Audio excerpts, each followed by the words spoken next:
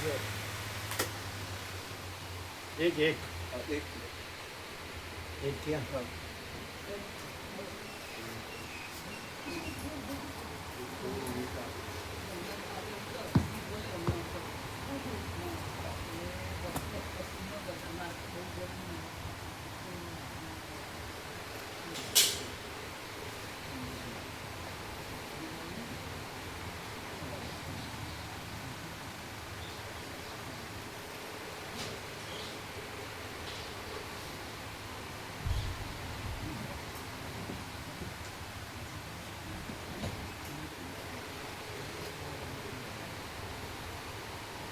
અમને ભગવાનનો વ્યાપક વાર્ષિકોત્સવ આપજો એ બેને.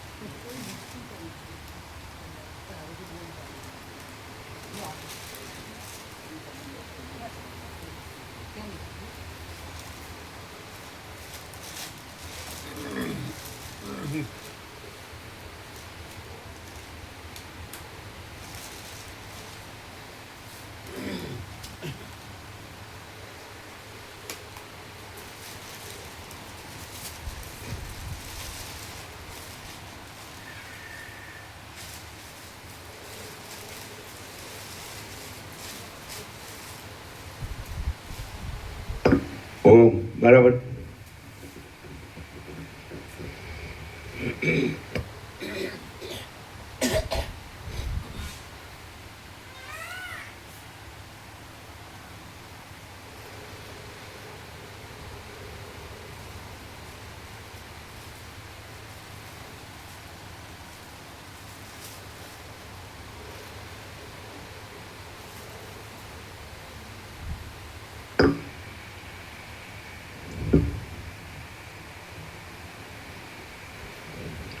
પરમ ચિદાકાશ, પરમ જ્યોતિ, અખંડ જ્યોતિ, અનંત, પૂર્ણ. હા તો પેલું આવી જાય કાયમ. આપણે આ હવે લેવાનું કાયમ. પરમ ચિદાકાશ, પરમ જ્યોતિ, અખંડ જ્યોતિ, મહાચિદાકાશ, સ્વયં પ્રકાશ, સંપૂર્ણ પ્રકાશ, પૂર્ણ બ્રહ્મ, અનંત તેજઘન, અનંત ચિદઘન, પરમાકાશ, કેવલ, અનંત, શુદ્ધ, તેજઘન, પરમાકાશ, અખિલાત્મા, પૂર્ણ બ્રહ્મ, પરમાત્મા, પરમ ચિદાકાશ, પરમ જ્યોતિ, અખંડ જ્યોતિ, અનંત, પૂર્ણ, પરમ ચિદાકાશ, પરમ શાંતિ, स्वयं सिद्ध, स्वयं प्रकाश, स्वयं पूर्ण, स्वस्वरूप, यही सब कुछ है, इसके सिवा कुछ नहीं है। शून्यभास, अनंत कोटि, महाकल्पो है ही नहीं। महाचिदाकाश, स्वयं प्रकाश, संपूर्ण प्रकाश, महाचिदाकाश ज्योति, अनंत, अखंड, अभेद, महाचिदाकाश ज्योति, महातत्व, महासामान्य, महाचिदाकाश, स्वसंवेद्य, सहज निर्विकल्प, महाचिदाकाश, परम कैवल्य, परम शांति, परम चिदाकाश, अनंत, पूर्ण, निरपेक्ष सत्य, अनंत, संपूर्ण, अपरिघी, निर्भ्रांत, निरपेक्ष. वसेटराम उपशम प्रकरण राउंड 39. 39મો રાઉન્ડ.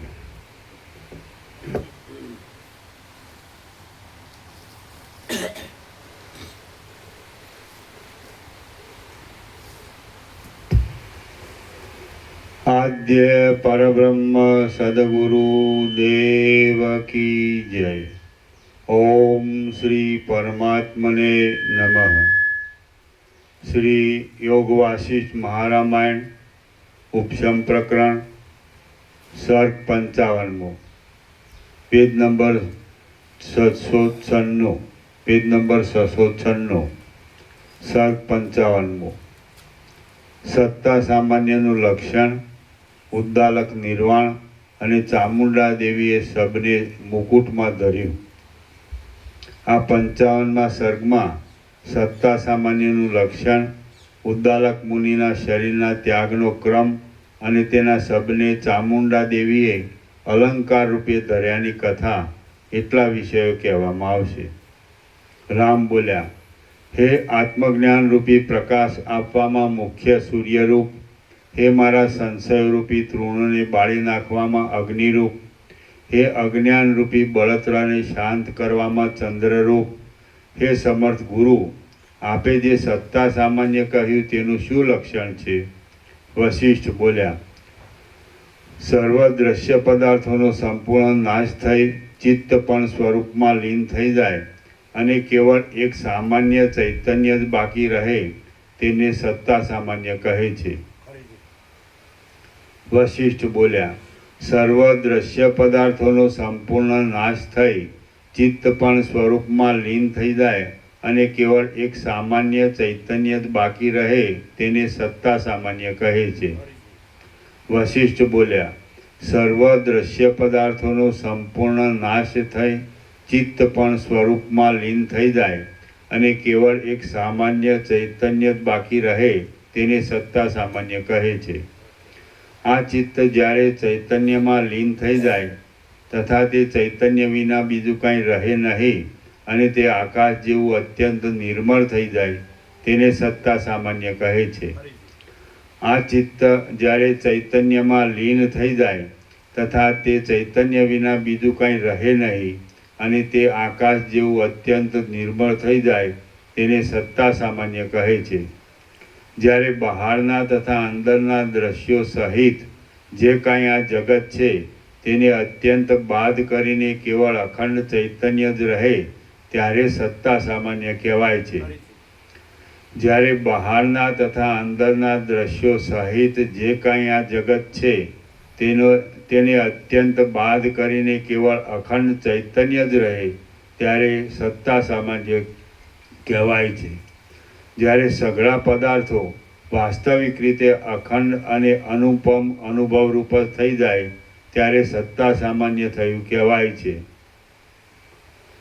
જ્યારે સઘળા પદાર્થો વાસ્તવિક રીતે અખંડ અને અનુપમ અનુભવરૂપ થઈ જાય ત્યારે સત્તા સામાન્ય થયું કહેવાય છે. જેમ કાચબાના અંગો કાચબામાં લીન થાય છે તેમ સઘળા દ્રશ્યો જ્યારે ભાવનારૂપી યત્ન વિના સહજ રીતે જ પોતાના ચૈતન્યમાં લીન થઈ જાય ત્યારે ચૈતન્ય સત્તા સામાન્ય કહેવાય છે. જેમ કાચબાના અંગો કાચબામાં લીન થાય છે તેમ સઘળા દ્રશ્યો જ્યારે ભાવનારૂપી યત્ન વિના સહજ રીતે જ પોતાના ચૈતન્યમાં લીન થઈ જાય ત્યારે ચૈતન્ય સત્તા સામાન્ય કહેવાય છે. આ સત્તા સામાન્ય રૂપી ઉત્તમ દ્રષ્ટિ કે જે તુર્યાતીત પદ જેવી જ છે તે દેહના ભાનવાળા મુક્ત પુરુષને પણ કૌંસમાં 5મી તથા 6ઠ્ઠી ભૂમિકામાં આરૂઢ થયેલાને પણ અને દેહના ભાન વગરના મુક્ત પુરુષને પણ કૌંસમાં 7મી ભૂમિકામાં આરૂઢ થયેલાને પણ થાય છે.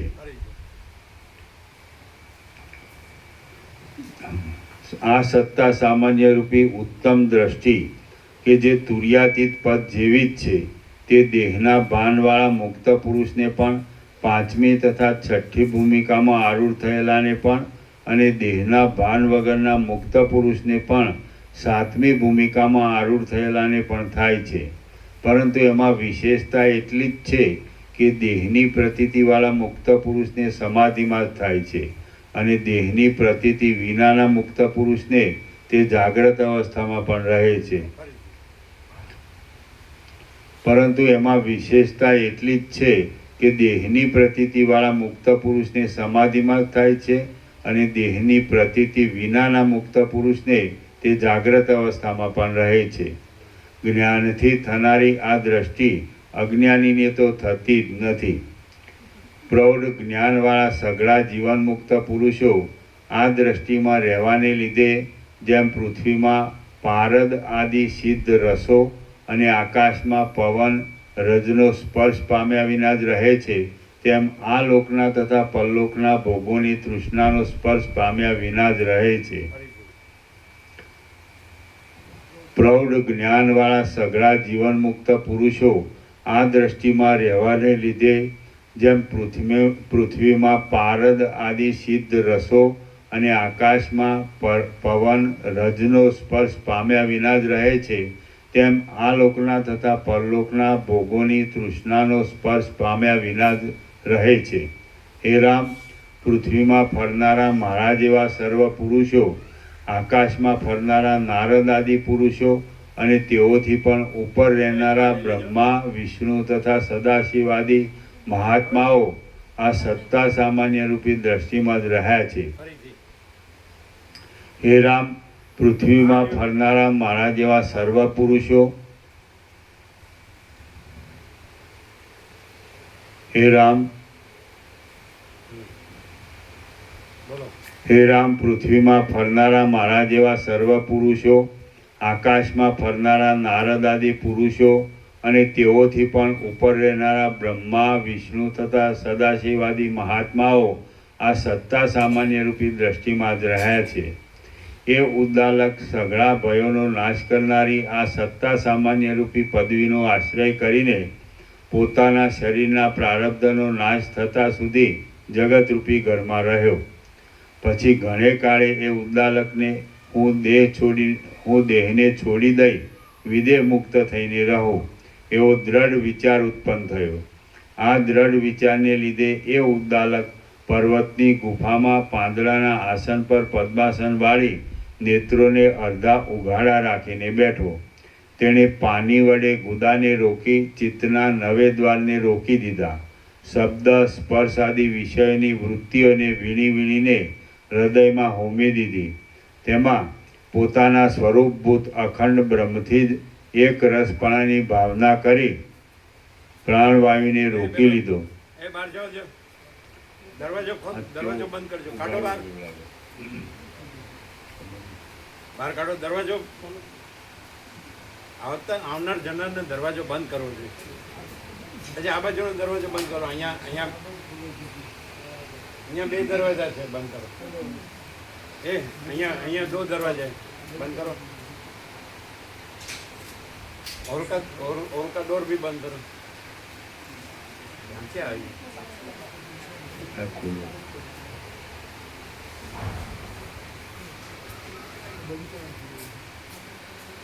सब बंद किया क्या? हॉल का डोर बंद किया और इधर दो दरवाजे बंद किया. इधर का बंद किया. Not allowed. તેણે પાની વડે ગુદાને રોકી ચિત્તના નવે દ્વારને રોકી દીધા. શબ્દ, સ્પર્શ આદિ વિષયની વૃત્તિઓને વીણી વીણીને હૃદયમાં હોમી દીધી. તેમાં પોતાના સ્વરૂપભૂત અખંડ બ્રહ્મથી જ એક રસપણાની ભાવના કરી પ્રાણવાયુને રોકી દીધો અને ડોકને સ્થિર કરી રાખી જીભના મૂળને કંઠના છિદ્રમાં કમાડની પેઠે ખોસી દીધું. મનને કે દ્રષ્ટિને બહાર, અંદર, ઊંચે, નીચે, વિષયમાં કે શૂન્યમાં ક્યાંય જોડ્યા નહીં અને ઉપરના તથા નીચેના દાંત પરસ્પરને અડે નહીં એમ મુખ રાખ્યું. હે રામ, પ્રાણના પ્રવાહને રોકવાને લીધે મનને કે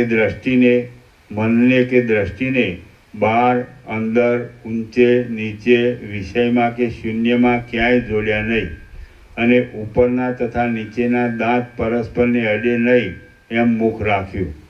હે રામ, પ્રાણના પ્રવાહને રોકવાને લીધે મન આદિની ચંચળતાથી રહિત થયેલો પ્રસન્ન તથા સુશોભિત મુખવાળો અને બ્રહ્માનંદના અનુભવને લીધે રોમાંચિત થયેલા શરીરવાળો એ ઉદ્દાલક મનની સઘળી વૃત્તિઓનો લય કરવાના અભ્યાસથી મનનું મનપણું ટાળી નાખી પ્રતિબિંબ ચૈતન્યથી બિંબ ચૈતન્યમાં એક રસ થઈ ગયો.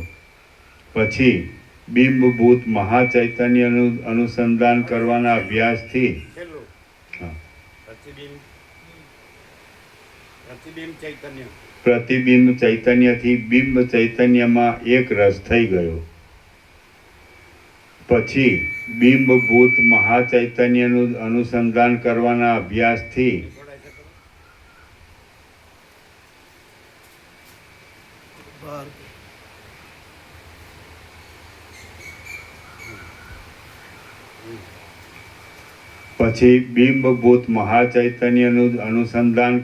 અભ્યાસથી હૃદયમાં સર્વોત્કૃષ્ટ આનંદના જરાને પ્રાપ્ત થયો. તે પછી તે જરાના સ્વાદને લીધે દ્રશ્યોનો તથા દ્રશ્યોના સંસ્કારોનો પણ સર્વદા નાશ થઈ જતા દ્રશ્યોને પ્રકાશ આપનારા મહાચૈતન્યપણાના વ્યવહારથી પણ છૂટી જઈને તે સર્વમાં એક રસ અને અંતથી રહિત સત્તા સામાન્યપણાને પ્રાપ્ત થયો. વિક્ષેપની વિષમતાથી અત્યંત રહિત થયેલા સ્વરૂપવાળો પરમ શાંતિને પ્રાપ્ત થયેલો, જેના સમાન કોઈ પણ આનંદો નથી એવા આનંદને લીધે અત્યંત સુશોભિત લાગતા મુખવાળો, અંતે જેના આનંદના ભાવને સૂચવનારા રોમાંચો પણ શાંત થઈ ગયા હતા એવો જીવન મુક્તિની પ્રાપ્તિ થયા પછી પ્રારબ્ધના ભોગનો નાશ થતાં અવિદ્યાના આભાસથી પણ રહિત થયેલો અને જેનો દ્રશ્યોના મનના આદિ સંસાર સંબંધી ભ્રમ તો ઘણા કાળથી નાશ પામ્યો હતો એવો એ મહાધીર ઉદ્દાલક ચિત્રમાં આલેખેલા જેવો નિશ્ચલ અને શરદ ઋતુના સ્વચ્છ આકાશમાં સઘળી કળાઓથી પૂર્ણ થઈને રહેલા ચંદ્ર જેવો ભરપૂર થઈને રહ્યો. જેમ હેમંત ઋતુમાં વૃક્ષનો રસ સૂર્યના કિરણોના નિર્મળ તેજમાં શાંત થાય છે, તેમ જન્મની દશામાંથી નીકળી ગયેલો એ ઉદ્દાલક ધીરે ધીરે કેટલેક દિવસે પોતાના નિર્મળ સ્વરૂપમાં શાંત થયો. કૌંસમાં વિદેહ મુક્તિ પામ્યો. અજ્ઞાનના વિલાસરૂપી સઘળી ઉપાધિઓથી તથા સઘળી કલ્પનાઓથી રહિત થયેલો નિર્વિકાર અને શુદ્ધ રૂપ એ ઉદ્દાલક બ્રહ્મના ઐશ્વર્ય સુધીના સઘળા સુખોના મૂળભૂત તે આદ્ય સુખને પ્રાપ્ત થયો. બ્રહ્માના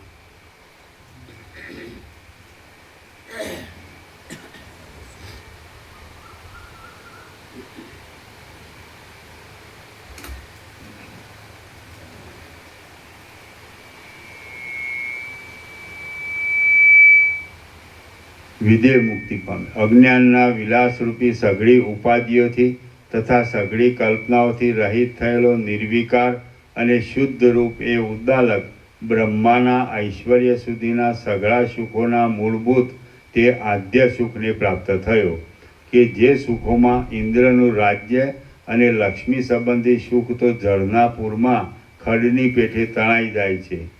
એ બ્રાહ્મણ અંતથી રહિત પરમ સુખરૂપ થયો, કે જે સુખ અનંત બ્રહ્માંડોના અપરિમિત આકાશોમાં વ્યાપ્ત થયેલી સઘળી દિશાઓમાં ભરેલું છે, સઘળી વસ્તુઓમાં ભરપૂર છે, સઘળા બ્રહ્માંડોના અધિષ્ઠાનરૂપ છે, ઘણા મહાત્મા પુરુષો વડે સેવાય છે, જે ગુણોને લઈને વર્ણન કરી શકાય એવા ગુણોથી રહિત છે, સત્ય છે, આનંદરૂપ છે અને કાળની મર્યાદાથી રહિત છે. ઉદ્દાલકનો જીવ બ્રહ્મ ભાવને પ્રાપ્ત થતાં તેનું શરીર 6 મહિના સુધી એમને એમ બેઠું રહી સૂર્યના કિરણોથી સુકાઈ જઈને બહારના પવનના પ્રવેશથી બૂંભાટ કરવા લાગતા અને તેની નસોરૂપી તારો નાના વૃક્ષોની શાખાઓના પછડાવાથી રણકાર કરવા લાગતા જાણે પર્વતની વિનોદ કરવાની વીણા હોય એવું જણાવા લાગ્યું. આ સમયમાં જગદંબા સહિત પીળા કેશોવાળી અને સઘળી સાથે રહેનારી જોગણીઓ કોઈ ભક્તની કામના પૂર્ણ કરવાને માટે જેમ જ્વાળાઓની પંક્તિઓ અગ્નિમાં પાછી આવે તેમ આકાશમાંથી પર્વતની ભૂમિમાં આવી. એ જોગણીઓમાંથી રાત્રિના સમયમાં નવા નવા ચરિત્રો કરનારી અને જેને સઘળા દેવતાઓ નમે છે તથા પૂજે છે એવી ચામુંડા દેવીએ સૂર્યના કિરણોથી સુકાયેલા એ ઉદ્દાલકના શબને પોતાના મુકુટની અણી કે જે ડાબા જમણા હાથોથી ઊંચા ઉપાડેલા ખડગના તથા ખટવાંગના મધ્યમાં શોભી રહી હતી તેની ઉપર તુરત સુંદર ભૂષણની પેટે સ્થાપી દીધું. હે રામ, જેનું દુર્ગંધવાળું સપ પણ દેવીના મસ્તકના ભૂષણરૂપ થઈને સર્વથી ઉત્કૃષ્ટ થયું, તેને પોતાને સર્વોત્કૃષ્ટ પદ મળ્યું, એમાં તે શું કહેવું? એ રીતે ચામુંડા નામની મોટી દેવીનું શિરોભૂષણ કે જે નવી નવી મંદારના પુષ્પોની માળાઓથી વીંટાયેલું હતું અને જેમાં મોરના પીછાઓના સમૂહો વાદળાઓમાં ચપટ ટુકડાઓની જેમ શોભી રહ્યા હતા, તેના ઉપર રહેલું ઉદ્દાલકનું સબ જાણે અગ્રભાગના પુષ્પોના સમૂહવાળા તારા લતાઓના જાળામાં પાછળથી આવીને બેઠેલો ભ્રમર હોય એવું જણાવા લાગ્યું. હે રામ, દ્રશ્યોના વિવેકથી સ્ફૂરતા બ્રહ્માનંદરૂપી પ્રફુલ્લિત પુષ્પવાળી આ ઉદ્દાલકની ચિત્તવૃત્તિમાંના ચરિત્રરૂપી લતા કે જે પુરુષના હૃદયરૂપી વનમાં ઉગીને ફેલાય તે પુરુષ આધ્યાત્મિક આદિ તાપોરૂપી સૂર્યોથી ઘેરાઈને રહેનારા વ્યવહારરૂપી જંગલમાં ફરતો હોય તો પણ તે સત્ય તથા શાંતિ આદિ ગુણોથી સુગંધ તથા શીતળતાવાળી સહજ સંતોષરૂપી છાયાથી કદી પણ વિયોગ પામતો નથી. એટલું જ નહીં, પણ તેને ઊંચામાં ઊંચું મોક્ષરૂપી ફળ પણ પ્રાપ્ત થાય છે. શ્રી યોગ વાસિષ્ઠ મહારામાયણમાં ઉપશમ પ્રકરણનો ઉદ્દાલક નિર્વાણ નામનો સર્ગ 55મો સમાપ્ત. સર્ગ 56મો. માયા અને વાસનાથી રહિત જ્ઞાની વ્યવહારમાં પણ સમાધિસ્થ છે. આ 56મા સર્ગમાં જેણે માયારૂપી અંધકારને ટાળી નાખ્યો હોય અને જેની વાસના પાતળી પડી ગઈ હોય એવો જ્ઞાની પુરુષ વ્યવહારમાં લાગ્યો હોય તો પણ તે સમાધિમાં રહ્યા બરાબર છે એમ કહેવામાં આવશે. વશિષ્ઠ બોલ્યા, હે કમળદળ સરખા નેત્રોવાળા રામ, એ પ્રમાણે વિચારના, વૈરાગ્યના તથા સમાધિના અભ્યાસક્રમથી વિહાર કરતા પોતાથી પોતાના આત્માનો અનુભવ કરીને તમે અત્યંત વિશાળ બ્રહ્મપદમાં શાંત થાઓ. શાસ્ત્રના શ્રવણથી, શાસ્ત્રાર્થના તત્વની પરીક્ષાથી, ગુરુના ઉપદેશથી અને પોતાના ચિત્તના શોધનથી સર્વ દ્રશ્યોના ક્ષયનો અભ્યાસ કરીને જ્યાં સુધી તેથી થયેલા સર્વ દ્રશ્યોના બાદ દ્વારા પરમપદમાં શાંતિ મળે ત્યાં સુધી વિચાર કર્યા કરવો જોઈએ. વૈરાગ્યથી, અભ્યાસથી, શાસ્ત્રના શ્રવણથી, શાસ્ત્રના અર્થની પરીક્ષાથી, બુદ્ધિથી, ગુરુની કૃપાથી અને મનના નિગ્રહથી એ પવિત્ર પદની પ્રાપ્તિ થાય છે, અથવા એકલી બુદ્ધિથી જે પવિત્ર પદની પ્રાપ્તિ થાય છે. કલંકોથી રહિત, જ્ઞાનયુક્ત અને સૂક્ષ્મ અર્થમાં પ્રવેશ કરવાની શક્તિવાળી બુદ્ધિ બીજા સાધનોની સગવડ ન હોય તો પણ માણસને અવિચળ પદમાં પહોંચાડે છે. કલંકોથી રહિત, જ્ઞાનયુક્ત અને સૂક્ષ્મ અર્થમાં પ્રવેશ કરવાની શક્તિવાળી બુદ્ધિ બીજા સાધનોની સગવડ ન હોય તો પણ માણસને અવિચળ પદમાં પહોંચાડે છે. રામ બોલ્યા, હે ભૂત ભવિષ્યને જાણનારા ગુરુ મહારાજ, એક પુરુષ તત્વને જાણ્યા પછી વ્યવહારમાં તત્પર રહેવા છતાં પણ સમાધિમાં રહેલાની પેટે શાંત રહેતો હોય અને બીજો પુરુષ એકાંતમાં બેસીને સમાધિ કર્યા કરતો હોય તો તે બેમાં કયો પુરુષ શ્રેષ્ઠ છે એ મને કહો. વશિષ્ઠ બોલ્યા, આ ગુણોના સમૂહરૂપી સંસાર મિથ્યા જ છે એમ જોયા કરતા પુરુષને ચિત્તમાં જે શીતળતા રહે છે તે જ સમાધિ કહેવાય છે. વશિષ્ઠ બોલ્યા, આ ગુણોના સમૂહરૂપી સંસાર મિથ્યા જ છે એમ જોયા કરતા પુરુષને ચિત્તમાં જે શીતળતા રહે છે તે જ સમાધિ કહેવાય છે.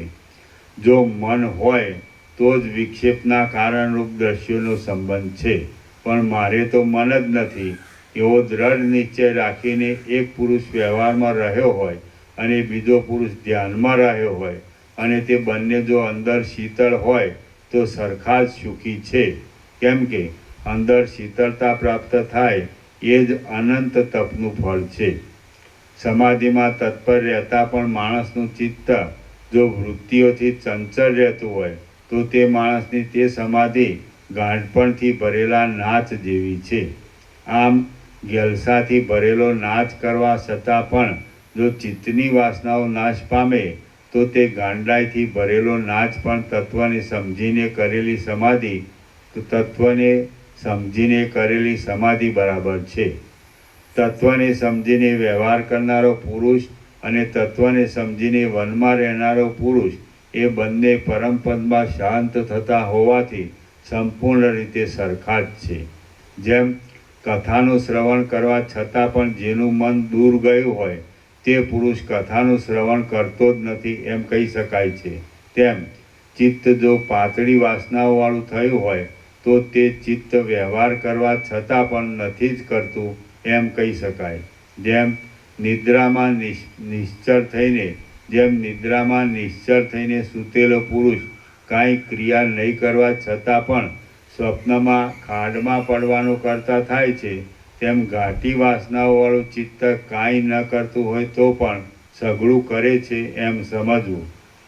ચિત્તનું જે કંઈ ન કરવું એ જ ઉત્તમ સમાધિ છે, એ જ કૈવલ્ય છે અને એ જ સર્વોત્તમ શાંતિ છે એમ સમજો. ચિત્ત જો ચંચળ હોય તો તે સમાધિ કહેવાય નહીં અને જો ચિત્ત સ્થિર હોય તો તે સમાધિ કહેવાય છે. માટે તમે ચિત્તને જ વાસનારૂપી અંકુરથી રહિત કરો. જો વાસના ટળી ગઈ હોય તો ચિત્તની સ્થિરતા થઈ કહેવાય છે. આમ ચિત્તની સ્થિરતા એ જ ધ્યાન છે, એ જ કૈવલ્ય છે અને એ જ શાંતપણું છે. જો ચિત્તની વાસનાઓ પાતળી પડી ગઈ હોય તો તે ચિત્ત મોક્ષ પામવાને તૈયાર થયેલું જ કહેવાય છે. વાસનાઓ રહિત થયેલું મન અકર્તા છે અને તેવા મનથી જ પરમપદ મળે છે. જો ચિત્ત ઘાટી વાસનાઓવાળું હોય તો કરતાપણાનું પાત્ર થાય છે અને સઘળા દુઃખોને દેનારું થાય છે. માટે વાસનાને પાતળી કરવી જોઈએ, જેનાથી જગત ઉપરની આસ્થા શાંત થઈ જાય, શોક ભય તથા તૃષ્ણા ટળી જાય, તેમજ સ્વસ્થ થવાય તે ઉપાય સમાધિ કહેવાય છે. ચિત્તથી સર્વ પદાર્થોમાં અહમતા મમતા રૂપી સ્વસ્થ થવાય માટે વાસનાને પાતળી કરવી જોઈએ, જેનાથી જગત ઉપરની આસ્થા શાંત થઈ જાય, શોક ભય તથા તૃષ્ણા ટળી જાય, તેમજ સ્વસ્થ થવાય તે ઉપાય સમાધિ કહેવાય છે. ચિત્તથી સર્વ પદાર્થોમાં અહમતા મમતા રૂપી આસક્તિને છોડી દઈને પછી તમે પર્વતમાં રહેવું હોય તો પર્વતમાં રહો અને ઘરમાં રહેવું હોય તો ઘરમાં રહો. જેમનું ચિત્ત સમાહિત થયું હોય અને જેનો અહંકાર રૂપી દોષ શાંત થયો હોય તે ગૃહસ્થને ઘર આદિ નિર્જન અરણ્ય જેવું જ છે. જેમ પૃથ્વી પણ 5 મહાભૂતોને જંગલ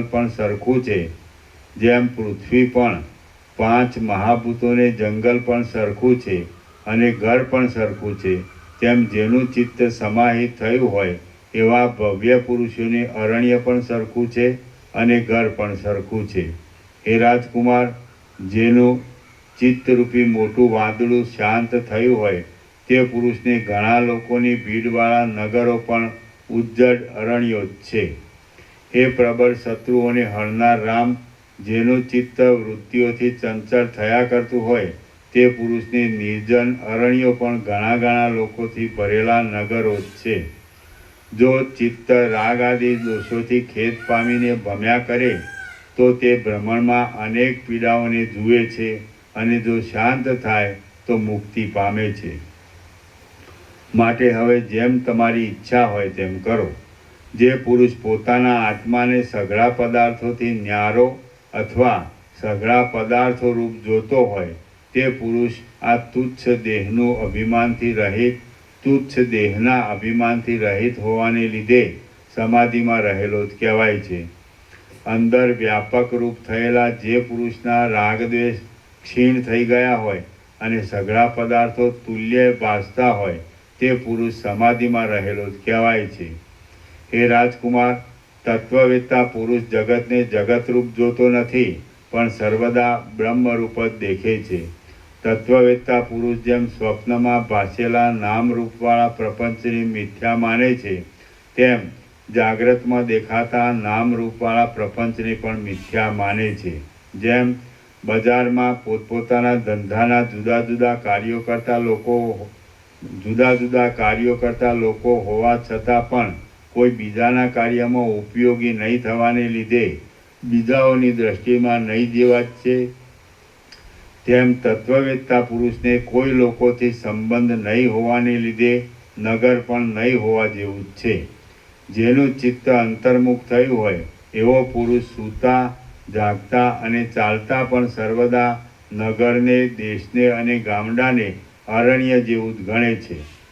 જેને અંતર્મુખ સ્થિતિ પ્રાપ્ત થઈ હોય તે પુરુષને જગત પ્રાણીઓથી ભરપૂર હોવા છતાં પણ સર્વથા નિરુપયોગી હોવાને લીધે સઘળું શૂન્ય જ લાગે છે. અંદર તૃષ્ણાથી તપી રહેલા સર્વ પ્રાણીઓને જગત દાવાનળની બળતરા જેવું જ લાગે છે.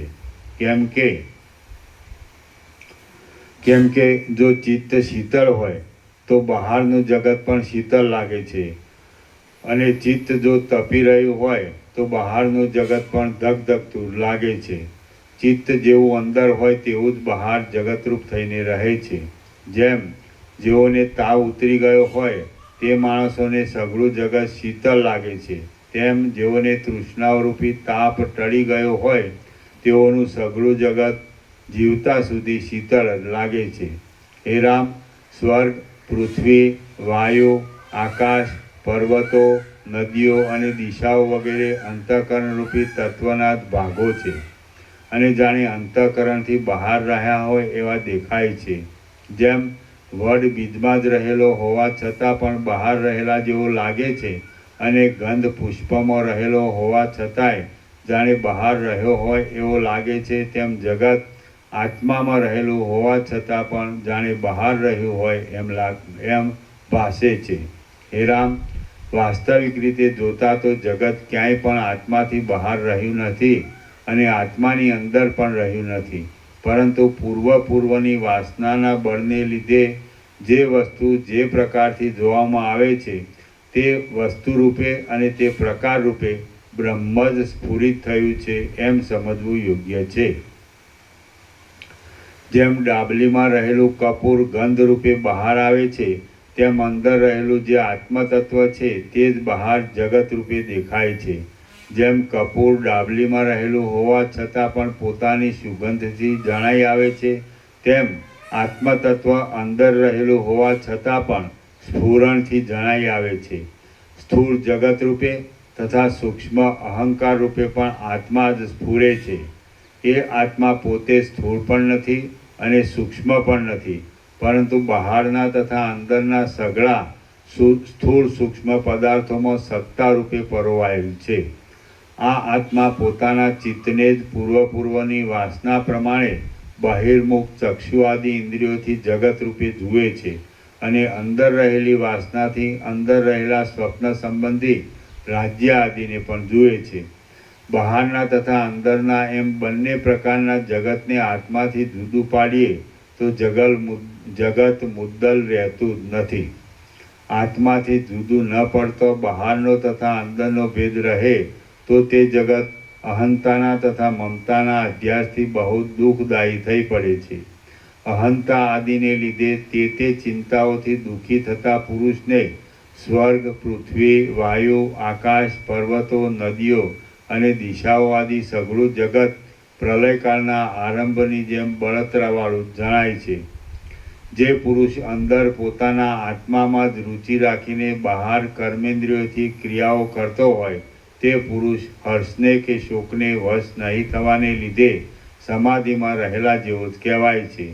આત્માને સર્વમાં એક રીતે રહેલો જોતા અને શાંત બુદ્ધિવાળો જે પુરુષ શોક પણ ન કરે અને ચિંતા પણ ન કરે તે પુરુષ સમાધિમાં રહેલો જ કહેવાય છે. જગતની સ્થિતિને જન્મ મરણવાળી જોયા કરતો જે પુરુષ અહંતાના તથા મમતાના દેખાવોની હાંસી કરતો હોય તે પુરુષ સમાધિમાં રહેલો જ કહેવાય છે.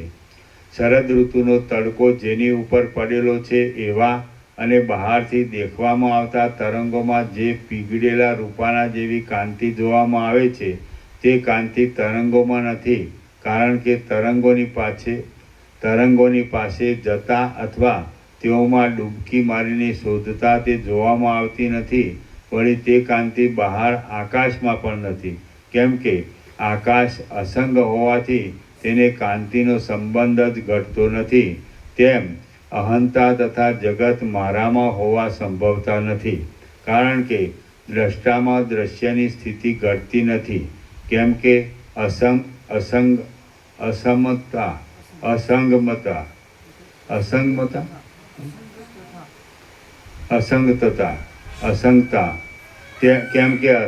તથા અદ્વિતીય પરબ્રહ્મમાં દ્વૈતની સ્થિતિ ઘટે જ નહીં.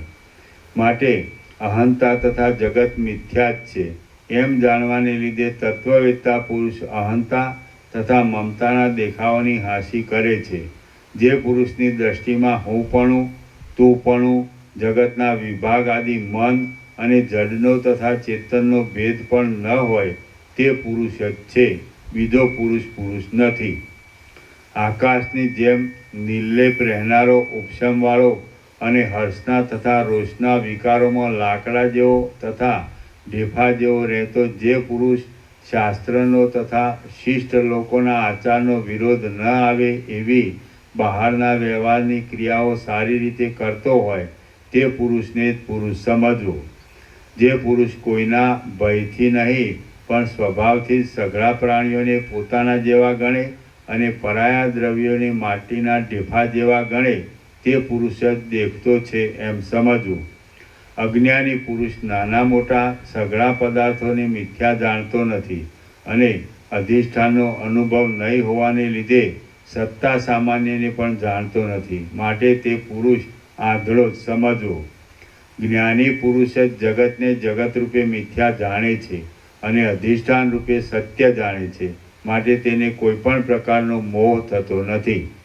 બ્રહ્મવેત્તાની પદવીને પામેલો હોવાથી સર્વને સમદ્રષ્ટિથી જોનારો પુરુષ દરિદ્ર જ રહે અથવા ધનાઢ્ય થાય તો પણ તેને શોક કે હર્ષ થતો નથી.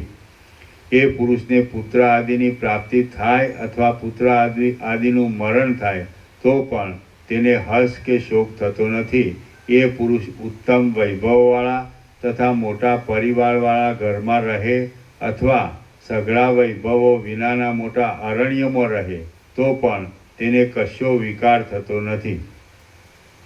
એ પુરુષ કામદેવની પ્રબળતાથી મદ્યપાન કરીને નાચે અથવા સઘળા અંગોનો પરિત્યાગ કરીને પર્વતમાં નિર્વિકારપણાથી રહે તો પણ તેને પાપ કે પુણ્ય કદી સ્પર્શતું નથી. એ પુરુષ ચંદન, અગરુ અને કપૂરનું શરીર પર લેપન કરે અથવા મોટી મોટી જ્વાળાઓથી ફેલાતા અગ્નિમાં પડે તો પણ તેને મનમાં કશો વિકાર થતો નથી. એ પુરુષ ઘણા પાપો કરે અથવા ઘણા પુણ્યો કરે તો પણ તેને નરકની કે સ્વર્ગની પ્રાપ્તિ થતી નથી. એ પુરુષ આજે જ મરી જાય અથવા કલ્પોના કલ્પો વિયા ગયા પછી મરે તો પણ અથવા કલ્પોના કલ્પો વીત્યા પછી મરે તો પણ તેને મનમાં કશો વિકાર થતો નથી. એ મહાત્મા પુરુષ દેહાદિરૂપ નથી, માટે તે જે કાંઈ કરે તે તેણે જ કરેલું કહેવાતું નથી. જેમ સોનું કાદવમાં પડેલું હોવા છતાં પણ કલંકિત થતું નથી, તેમ તે પુરુષ ગમે તેવી સ્થિતિમાં વર્તે તો પણ કલંકિત થતો નથી. શાસ્ત્રથી વિરુદ્ધ પદાર્થોના સેવનથી દૂષિત થયેલી ઇન્દ્રિયો, દેહ અને ઇન્દ્રિયોના વિષયો કે જેઓ ચીપમાં કલ્પાયેલા રૂપાની જેમ મિથ્યા છે, તેઓથી અજ્ઞાનીઓનું અંતઃકરણ કલંકિત થઈ જાય છે.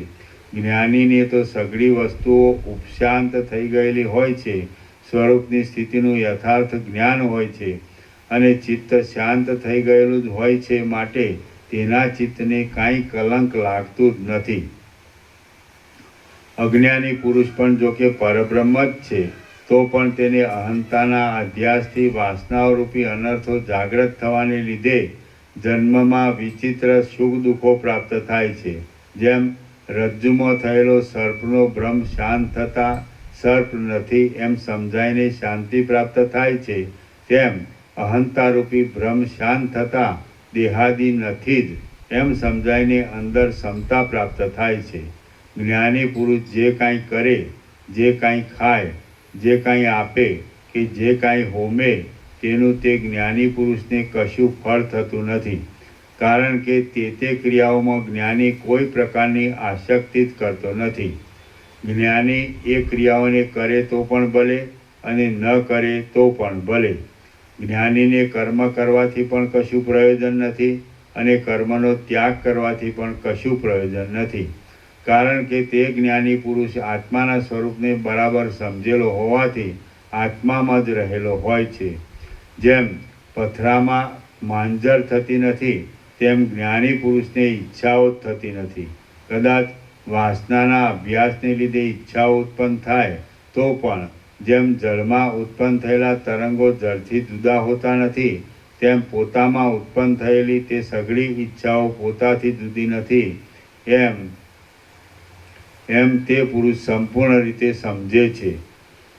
આ જે સઘળું જગત છે તે આત્મા છે અને જે આત્મા છે તે જ સઘળું જગત છે, માટે દ્વૈતરૂપ કાંઈ વિભાગ છે જ નહીં એમ જ્ઞાની પુરુષ સમજે છે. માટે તે જ્ઞાની પુરુષ પૂર્ણ અને પવિત્ર પરમાત્મા રૂપ જ છે. એ પરમાત્મા સત્તા રૂપે સર્વમાં છે, માટે જ્ઞાની પણ સર્વમાં હોવાને લીધે તે અમુક પદાર્થ રૂપ નથી એમ કહી શકાતું જ નથી. શ્રી યોગ વાસિષ્ઠ મહારામાયણમાં ઉપશમ પ્રકરણનો ધ્યાન વિચાર નામનો સર્ગ 56મો સમાપ્ત. સર્ગ 57મો. જે દ્રશ્ય છે તે ચૈતન્ય જ છે. આ 57મા સર્ગમાં ચૈતન્ય પોતાનો સ્વભાવ નહીં જણાયાને લીધે દ્રશ્યપણાને ધારણ કરે છે, માટે જે દ્રશ્ય છે તે ચૈતન્ય જ છે, ચૈતન્યથી જુદું નથી એમ નિરૂપણ કરવામાં આવશે. વશિષ્ઠ બોલ્યા, જેમ મરીમાં તીખાશ રહેલી છે તેમ આત્મામાં ચૈતન્યપણાને લીધે જે અનુભવ રહ્યો છે તે જ હુંપણા તથા તુંપણા આદિરૂપ ઘટપટાદિરૂપ તથા દેશ કાળ આદિરૂપ જગત થયેલું છે, તથા દેશ કાળાદિ જગતરૂપ થયેલું છે. જેમ લૂણમાં લૂણપણું રહ્યું છે તેમ આત્મામાં ચૈતન્યપણાને લીધે જ અનુભવ રહ્યો છે, તે જ તુંપણા તથા હુંપણા આદિરૂપ ઘટપટાદિરૂપ તથા દેશકાળ આદિરૂપ જગત થયેલ છે. જેમ શેરડીમાં મધુરતા રહેલી છે તેમ આત્મામાં ચૈતન્યપણાને લીધે જે અનુભવ રહ્યો છે તે જ હુંપણા તથા તુંપણા આદિરૂપ ઘટપટાદિરૂપ તથા દેશકાળાદિરૂપ જગત થયેલું છે. જેમ પથરામાં કઠિનપણું રહેલું છે તેમ આત્મામાં ચૈતન્યપણાને લીધે જે અનુભવ રહ્યો છે તે જ હુંપણા તથા તુંપણા આદિરૂપ ઘટપટાદિરૂપ તથા દેશકાળ આદિરૂપ જગત થયેલ છે. જેમ પર્વતમાં જડતા રહેલી છે તેમ આત્મામાં ચૈતન્યપણાને લીધે જે અનુભવ રહ્યો છે તે જ હુંપણા તથા તુંપણા આદિરૂપ ઘટપટાદિરૂપ તથા દેશકાળ આદિરૂપ જગત થયેલ છે. જેમ જળમાં પ્રવાહ આદિ રહ્યું છે તેમ આત્મામાં ચૈતન્યપણાને લીધે જે અનુભવ રહ્યો છે તે જ હુંપણા તથા તુંપણા આદિરૂપ ઘટપટાદિરૂપ તથા દેશ કાળ આદિરૂપ જગત થયેલ છે. જેમ વૃક્ષમાં શાખા આદિ રહેલા છે તેમ આત્મામાં ચૈતન્યપણાને લીધે જે અનુભવ રહેલો છે તે જ જાણે હુંપણા તથા તુંપણા આદિરૂપ ઘટપટાદિરૂપ તથા લોક આદિરૂપ થયેલ હોય તેમ સ્ફુરે છે. જેમ આકાશમાં શૂન્યપણું રહ્યું છે તેમ આત્મામાં ચૈતન્યપણાને લીધે જે અનુભવ રહ્યો છે તે જ તુંપણા તથા હુંપણા આદિરૂપે ઘટપટાદિરૂપે તથા લોક આદિરૂપે દેખાય છે. જેમ આકાશમાં છિદ્રપણું રહ્યું છે તેમ આત્મામાં ચૈતન્યપણાને લીધે જે અનુભવ રહ્યો છે તે જ હુંપણા તથા તુંપણા આદિરૂપે ઘટપટાદિરૂપે તથા આદિરૂપે દેખાય છે. જેમ બિંદમાં નિબિડ કૌંસમાં ઘાટાપણું રહ્યું છે તેમ આત્મામાં જે અનુભવ રહ્યો છે તે જ જાણે દ્રશ્યરૂપ થઈને આત્મામાંથી બહાર આવેલો હોય તેમ હુંપણા તથા તુંપણા આદિ રૂપે દેખાય છે. આત્મામાં પોતાથી જે સત્તારૂપ અનુભવ રહ્યો છે તે જ જાણે હુંપણા તથા તુંપણા આદિરૂપ ઘટપટાદિરૂપ તથા જીવોરૂપ થયેલ હોય એમ લાગે છે. આત્માના પ્રકાશનું જે પોતાની મેળે જ સ્ફુરણ છે તેને જ જીવ આ હુંપણું તથા તુંપણું આદિ છે અને વૃત્તિઓમાં ચિદાભાસ આદિ છે એમ કલ્પી લે છે. આત્મારૂપ ચંદ્રની અંદર જે ચૈતન્યરૂપ અમૃત છે તે સ્વયં પ્રકાશપણાથી આત્માના જ અનુભવમાં આવતા હુંપણા તથા તુંપણા આદિ રૂપે ઉદય પામે છે. પરમાત્મા રૂપી ગોળની અંદર જે ચૈતન્યરૂપ માધુર્ય છે તે પરમાત્મા પોતાથી પોતામાં જ હુંપણા તથા તુંપણા આદિ રૂપે અનુભવે છે.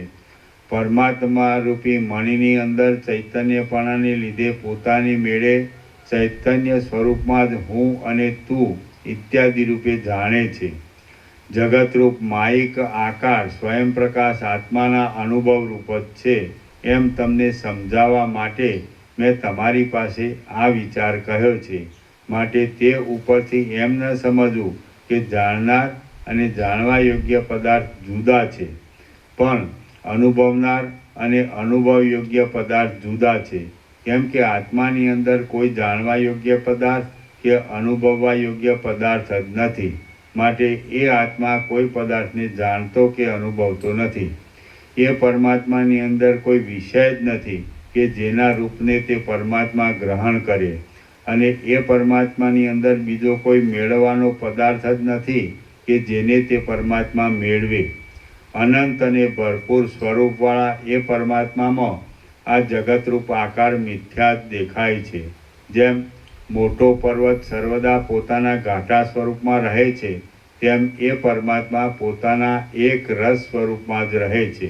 હે રઘુનંદન, જેમ મરીમાં તીખાશ રહેલી છે તેમ આત્મામાં ચૈતન્યપણાને લીધે જે અનુભવ રહ્યો છે તે જ હુંપણા તથા તુંપણા આદિરૂપ ઘટપટાદિરૂપ તથા દેશકાળ આદિ જગત થયેલ છે. દેશકાળ આદિ જગત થયેલ છે ઇત્યાદિ આ ઉપદેશની શૈલીથી મેં તમને એમ જ સમજાવ્યું કે હુંપણા તથા તુંપણા આદિરૂપ જગત નામનો ભેદ પરમાત્મામાં મુદ્દલ છે જ નહીં. ચિત્ત પણ નથી, દ્રષ્ટા પણ નથી અને જગત આદિ ભ્રમરૂપ દ્રશ્ય પણ નથી. જેમ વરસી રહીને ખાલી થયેલું વાદળું પ્રથમ પાતળું થઈને પછી તમામ શાંત થઈ જાય છે, તેમ અધિષ્ઠાન રૂપે રહેલું આ જગત પહેલાં પાતળું થઈને પછી સઘળું શાંત થઈ જાય છે. જેમ જળ પ્રવાહરૂપ હોવાથી પોતામાં ચક્રી આદિ આકારોને પ્રાપ્ત થાય છે, તેમ પરમાત્મા અનુભવરૂપ હોવાથી પોતામાં જ અહંકાર આદિ આકારોને પ્રાપ્ત થાય છે. જેમ જળમાં પ્રવાહ છે અને વાયુમાં ગતિ છે, તેમજ અનુભવરૂપ આત્મામાં આ અહંકાર તથા દેશકાળ આદિ પદાર્થો છે. તત્વવેત્તા પુરુષ પોતાના જાણનારપણામાં જાણનાર તથા જાણવાનો વિષય એ અંશો કલ્પિત છે અને જ્ઞાન એ અંશ જ સત્ય છે એમ જ્ઞાનની વૃદ્ધિને લીધે સમજે છે. અને અજ્ઞાની પુરુષ તો ઇન્દ્રિય આદિના અભ્યાસને લીધે પોતાના જાણનારપણામાં જે હું જાણનારો છું તે જીવ છું અને જે જાણવામાં આવ્યું છે તે મારો વિષય છે ઇત્યાદિ ભેદને સમજી લે છે. અજ્ઞાની જે વાસનાને લીધે જે વિષયના જ્ઞાનથી જે પ્રકારે જેવી તૃપ્તિ પ્રાપ્ત થાય છે તે વાસના રૂપે તે વિષયો રૂપે તે વાસના રૂપે તે વિષયો રૂપે તે પ્રકાશ રૂપે અને તેવી તૃપ્તિ રૂપે પરમાત્મામાં જ વિવર્ત પામે છે. પરમાત્મા કે જેથી ભિન્ન કોઈ પદાર્થ જ નથી, તેમાં જે જુદાઈ જેવું સમજવામાં આવે છે તે ભૂલ જ છે. જે અવિદ્યા છે તે જીવનું જીવન છે અને જે માયા છે તે ઈશ્વરનું જીવન છે. કારણ કે જીવપણું અવિદ્યારૂપી ઉપાધિથી અને ઈશ્વરપણું માયારૂપી ઉપાધિથી થયું છે. એ બંને ઉપાધિઓને દૂર કરી દેતા ઈશ્વરને અને જીવને ચૈતન્ય સ્વરૂપમાં કાંઈ ભેદ નથી.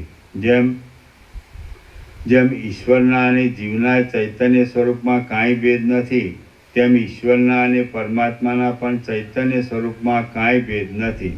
માટે જે કાંઈ છે તે શાંત અખંડિત ચૈતન્ય જ છે એમ સમજો. જે સગળું જગત છે તે એક આદિથી, મધ્યથી તથા અંતથી રહિત, સ્વયં પ્રકાશ, અનુભવ માત્ર, વિષયોથી રહિત અને વિશેષણોથી રહિત શાંત બ્રહ્મ જ છે.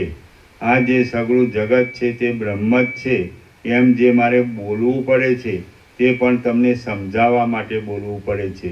કેમ કે અત્યંત વાસ્તવિકપણે વિચાર કરતા તો જગત મુદ્દલ છે જ નહીં, એવો સિદ્ધાંત વિદ્વાનોએ સ્વીકાર્યો છે. શ્રી યોગ વાસિષ્ઠ મહારામાયણમાં ઉપશમ પ્રકરણનો ભેદ નિરાશ નામનો સર્ગ 57મો સમાપ્ત. સર્ગ 58મો. ભીલના રાજા સુરગુને માંડવ્યે ઉપદેશ આપ્યો.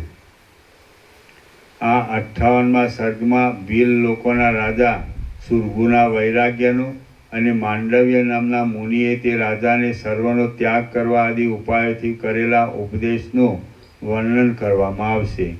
વશિષ્ઠ બોલ્યા, હે રામ, ભીલના રાજા સુરગુનો વિસ્મય આપનાર વૃત્તાંતરૂપ એક જૂનો ઇતિહાસ આ વિષયમાં જ કહેવામાં આવે છે.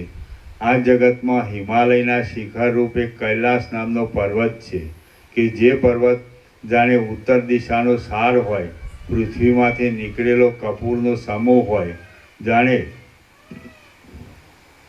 જાણે મહાદેવનું એકઠું થયેલું હાસ્ય હોય, જાણે પૂર્ણિમાના ચંદ્રનો પ્રકાશ હોય અને જાણે પહાડી હાથીઓના કુંભસ્થળોમાંથી નીકળેલા મોતીઓનો ઢગલો હોય એવો શોભે છે. જેમ ક્ષીરસાગરમાં વિષ્ણુ રહે છે, સ્વર્ગમાં ઇન્દ્ર રહે છે અને વિષ્ણુના નાભિકમળમાં જેમ ચકચકતી રત્નોની સળીઓવાળી લહરીઓથી સમુદ્ર શોભે, તેમ બ્રહ્મા રહે છે, તેમ એ પર્વતમાં શંકર રહે છે. જેમાં અપ્સરાઓ બેઠેલી હોય છે એવી રુદ્રાક્ષના વૃક્ષોમાં લટકતી હિંડોળા કાંટોથી એ પર્વત શોભે છે. એ પર્વતમાં નિરંતર મદોન્મત્ત રહેનારી શિવના ગણોની સ્ત્રીઓની લાતો વાગવાથી આનંદ પામેલા વિલાસી લોકો સ્ત્રીઓની લાતોથી ખીલતા આસોપાલવની જેમ શોભે છે. સદાશિવ ફરતા ફરતા એ પર્વતમાં જે સ્થળોમાં પધારે છે તે સ્થળોમાં સદાશિવના મુકુટરૂપી ચંદ્રના કિરણો પડવાને લીધે ચંદ્રકાંત નામના મણિઓમાંથી જળસ્ત્રાવ થવા લાગતા જળના ધોધ નીકળવા લાગે છે. અને જે સ્થળોને સદાશિવ ત્યજી દે છે તે સ્થળોમાં તેવા ધોધો નીકળતા બંધ પડી જાય છે. એ પર્વત લતાઓથી, વૃક્ષોથી, ઝાડાઓથી, વાવોથી, ઝરણા ધોધથી, નદીઓથી, મૃગોથી, બીજા પશુઓના ટોળાઓથી અને બીજી જાતોના પણ અનેક પ્રાણીઓથી ભરપૂર હોવાને લીધે બ્રહ્માંડ જેવો લાગે છે. જેમ વડના ઝાડના મૂળમાં કીડાઓ રહે છે, તેમ એ કૈલાસ પર્વતના નીચેના ભાગમાં હેમજટ નામથી ઓળખાતા ભીલ લોકો રહે છે. ઘુવડોની જેમ એ હલકા લોકો કૈલાસની પાસેના પર્વતોમાં ઉત્પન્ન થયેલા વૃક્ષોના લાકડા વેચી અને રુદ્રાક્ષો વેચીને પોતાની આજીવિકા ચલાવે છે. એ લોકોનો ઉદાર ચિત્તવાળો, શત્રુઓના નગરોને જીતનારો, જયલક્ષ્મીના જમણા હાથ જેવો, પ્રજાઓનું પાલન કરવામાં વિચક્ષણ, ભયંકર દૈત્યોના ગર્વને પણ તોડનારો, સૂર્ય જેવો તેજસ્વી અને જાણે દેહધારી વાયુ હોય એવો પરાક્રમી સુરગુ નામનો બળવાન રાજા હતો. એ રાજા રાજ્યના વૈભવોથી તથા ધનથી કુબેર કરતાં પણ અધિક હતો, વિદ્યાઓથી બૃહસ્પતિ કરતાં પણ અધિક હતો અને કાવ્યો રચવાની ચાતુરીમાં શુક્રાચાર્ય કરતાં પણ અધિક હતો. જેમ સૂર્ય ખેદ નહીં પામતા ચાલતી રીતે દિવસોને કર્યા કરે છે, તેમ એ રાજા કોઈ જાતનો ખેદ નહીં પામતા ચાલતી રીતે પ્રજાને શિક્ષા કરવાની અને પ્રજાનું પાલન કરવાની પદ્ધતિઓથી રાજ્ય સંબંધી કાર્યો કર્યા કરતો હતો. ઘણા દિવસ થતાં જેમ ઝાડના દોરાઓથી બંધાયેલા પક્ષીને ઝાડથી કંટાળો આવે તેમ રાજ્ય સંબંધી સુખ દુઃખોથી બંધાયેલા એ રાજાને રાજ્યથી કંટાળો આવ્યો. કૌંસમાં કંટાળો આવતા એ રાજા નીચે પ્રમાણે વિચાર કરવા લાગ્યો. સુરગુ બોલ્યા, સ્વગત, જેમ ઘાણી પોતાના બળથી તલને પીલે છે, તેમ હું પોતાના બળથી આ દુખિયા અપરાધી લોકોને શા માટે પીડું છું? જેમ મને કોઈ શિક્ષા કરે તો મને પીડા થાય, તેમ હું શિક્ષા કરું છું, તેથી આ સર્વ લોકોને પીડા થતી હશે. હું આ લોકોને ધન આપું, કેમ કે જેમ હું ધનથી રાજી થાઉં છું, તેમ સર્વ લોકો ધનથી રાજી થાય એ સ્વાભાવિક છે. હવે મારે અપરાધીઓને શિક્ષા કરવાનું તો બંધ જ રાખવું, પણ જો હું અપરાધીઓને યોગ્ય શિક્ષા નહીં કરું તો જેમ પાણી વિના નદી ચાલતી નથી, તેમ આ પ્રજા નિયમ વિના મર્યાદામાં ચાલશે નહીં. હાય હાય, અપરાધીઓની શિક્ષા કરવી એ મોટી કડાકૂટ છે. પ્રજાઓની ઉપર તો સર્વદા કૃપા જ કરવી જોઈએ. આજ હું સુખી છું એ બહુ જ સારું છે. હાય હાય, આજ તો હું દુઃખી છું. વશિષ્ઠ બોલ્યા, હે રામ, જેમ તરસ્યા સૂતેલા માણસનું ચિત્ત લાંબી તરસથી સ્વપ્નમાં પાણીની મોટી ચકરીમાં ભમતા ક્યાંય શાંતિ ન પામે, તેમ એ રાજાનું ચિત્ત હું આમ કરું કે તેમ કરું એવા વિચારો ભમતા ક્યાંય શાંતિ પામ્યું નહીં. એક દિવસ સઘળી દિશાઓના મંડળોમાં ફરીને જેમ નારદ મુનિ ઇન્દ્રને ઘેર આવે, તેમ માંડવ્ય નામના મુનિ એ સુરગુ રાજાને ઘેર આવ્યા. સંદેહરૂપી બાવળના થાંભલાને કાપી નાખવામાં કુહાડા જેવા અને સઘળી વિદ્યાઓમાં વિચક્ષણતા ધરાવનારા એ મોટા મુનિની તે રાજાએ પૂજા કરી અને પછી નીચે પ્રમાણે નમ્રતાપૂર્વક પૂછ્યું. સુરગુ બોલ્યા, હે મહારાજ, જેમ વસંત ઋતુના આવવાથી પૃથ્વીની પીઠ પરમ સુખ પામે છે, તેમ આપના આવવાથી હું પરમ સુખ પામ્યો છું. હે નાથ, જેમ પ્રકાશ આપનારા સૂર્યની કૃપા દ્રષ્ટિ કમળ ઉપર પડે છે, તેમ આપની કૃપા દ્રષ્ટિ મારા ઉપર પડી. એટલા માટે આજ હું ધર્મની રીતે અને ભાગ્યશાળી પુરુષોમાં અગ્રેસર થયો છું. હે સઘળા ધર્મોને જાણનારા મહારાજ, આપને સારી પેઠે આરામ મળ્યો હોય તો હવે જેમ સૂર્ય અંધકારને કાપે છે, તેમ આપ મારા આ એક સંશયને કાપો. મહાત્માઓના સમાગમથી કોની પીડા શાંત ન થાય? સર્વની શાંત થાય. પીડાનો વિચાર કરનાર વિદ્વાન લોકો કહે છે કે સંદેહ જેવી બીજી કોઈ પીડા નથી. જેમ સિંહના નખો હાથીને અત્યંત ફાડી નાખે છે, તેમ મારી પ્રજાઓ પર કેટલાકને દંડ આપવો અને કેટલાક પર દયા લાવવી વગેરે ચિંતાઓ મને અત્યંત કોરી ખાય છે. હે મહામુનિ, માટે જે રીતે મારા મનમાં સર્વદા સૂર્યના કિરણની પેઠે સમતા ઉદય પામે અને સઘળી વિષમતા ટળી જાય તેવો ઉપાય આપ બતાવો. માંડવ્ય બોલ્યો, હે રાજા, જેમ સૂર્યના કિરણથી હિમ પીગળી જાય છે, તેમ પોતાના હાથમાં જ રહેલા વૈરાગ્ય તથા ત્યાગ આદિ યત્નથી અને શ્રવણ મનન આદિ ઉપાયથી આ મનનું વેવલાપણું પીગળી જાય છે. જેમ શરદ ઋતુના આવવા માત્રથી મોટું ઝાકળ શાંત થાય છે, તેમ પોતાના વિચાર માત્રથી મનની અંદરનો તાપ તરત શાંત થાય છે. હે રાજા, તમે પોતાના જ મનથી પોતાના શરીરમાં રહેલી ઇન્દ્રિયોનો વિચાર કરો કે એ ઇન્દ્રિયો કેવી છે અને કોણ છે, હું કોણ છું, આ જગત કેવું છે અને મરણ તથા જન્મ કેમ થાય છે, એ વિષયોનો તમારા મનમાં જ વિચાર કરો એટલે તમને અત્યંત મહત્તા કૌંસમાં મોટાપણું બ્રહ્મપણું પ્રાપ્ત થશે. આમ તમે વિચાર કરીને તમારા પોતાના સ્વભાવને જાણશો તો તમારું મન હર્ષની તથા શોકની દશાઓથી કંપાવી શકાય નહીં એવું અચળ થશે. જેમ તરંગ પોતાના ચંચળ આકારને ત્યજી દઈ પોતાના મૂળભૂત જળરૂપ થઈને જળમાં શાંત થાય છે, તેમ તમારું મન પોતાના ચંચળપણાને ત્યજી તાપ વિનાનું થઈ પોતાના મૂળભૂત બ્રહ્મરૂપ થઈને બ્રહ્મમાં શાંત થશે.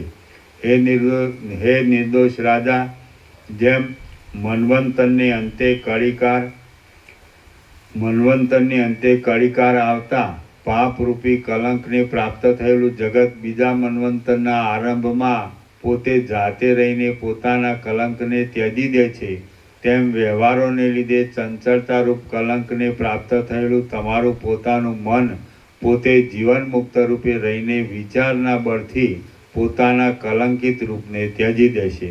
જેમ પૃથ્વીમાં પુત્રો પિતાને દયા કરવાના પાત્ર રૂપ જ જણાય છે, તેમ તમે પોતાના તત્વને જાણી સંતુષ્ટ થશો.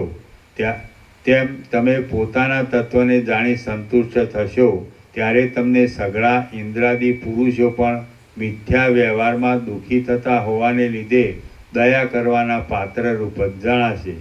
તમે વિવેકરૂપી દીવાથી આત્માને જોશો ત્યારે એવી ઉત્તમ મહત્તાને કૌંસમાં મોટાપણાને બ્રહ્મપણાને પ્રાપ્ત થશો કે જે મહત્તાની સત્તાને મેરુની, સમુદ્રની તથા આકાશની મહત્તા પણ અધીન છે. એ ભલા રાજા, તમને એ મહત્તા પ્રાપ્ત થશે ત્યારે જેમ હાથી ગાયના પગલાંના ખાબોચિયામાં ડૂબતો નથી, તેમ તમારું મન સંસારની વૃત્તિઓમાં ડૂબશે નહીં. જેમ બુઢા મચ્છર ગાયના પગલાંના ખાબોચિયામાં પણ ડૂબી જાય છે, તેમ કામનાઓથી કંગાલ થયેલું મન ક્ષુદ્ર કાર્યમાં પણ ડૂબી જાય છે.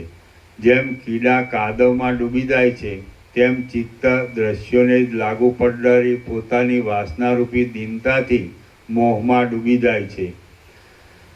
હે રાજા, કેવળ સ્વયં પ્રકાશ પરમાત્માનો જ અનુભવ થાય ત્યાં સુધી પોતાની સઘળી વસ્તુઓનો ત્યાગ કરવો જોઈએ.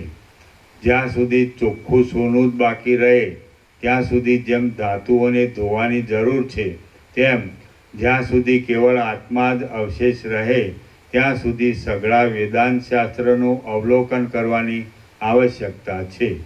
દ્રઢ નિશ્ચયવાળી બુદ્ધિથી સર્વ દેશમાં અને સર્વકાળમાં સઘળી રીતે સર્વનો ત્યાગ કરવામાં આવે તો જ પૂર્ણ સ્વરૂપ પરમાત્માની પ્રાપ્તિ થાય છે.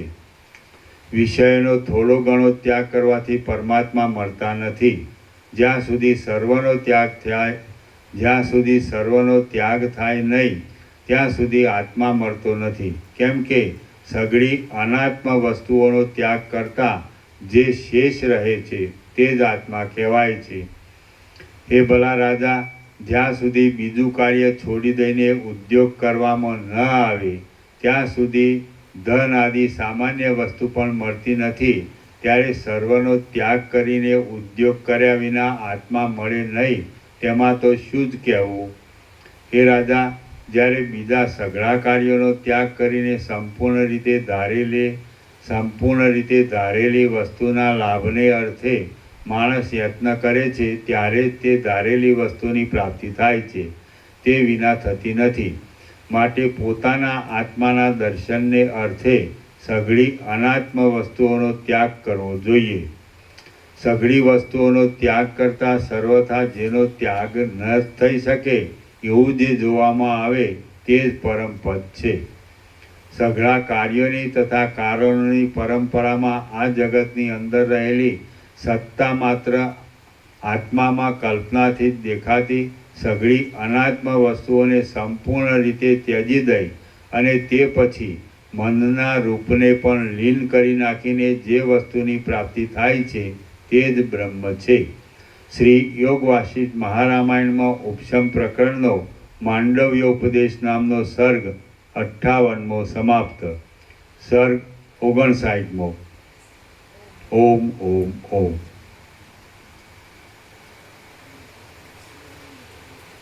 પ્રસાદ આપી દો.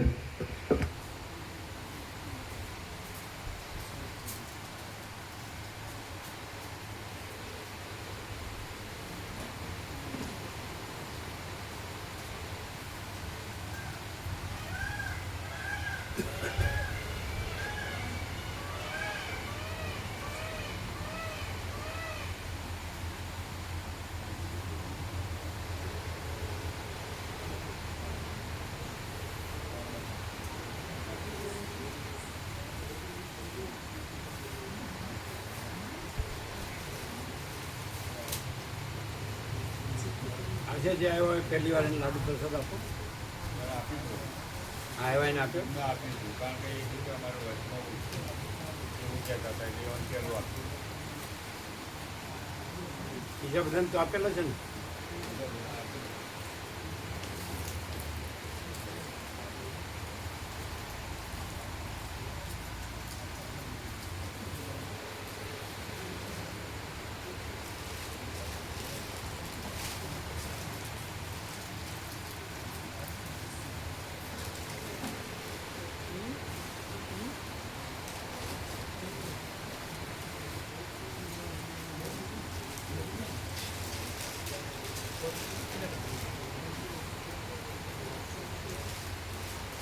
અંબાજીનો પ્રસાદ છે. પુસ્તક પ્રભુદાય અંબાજીનો પ્રસાદ.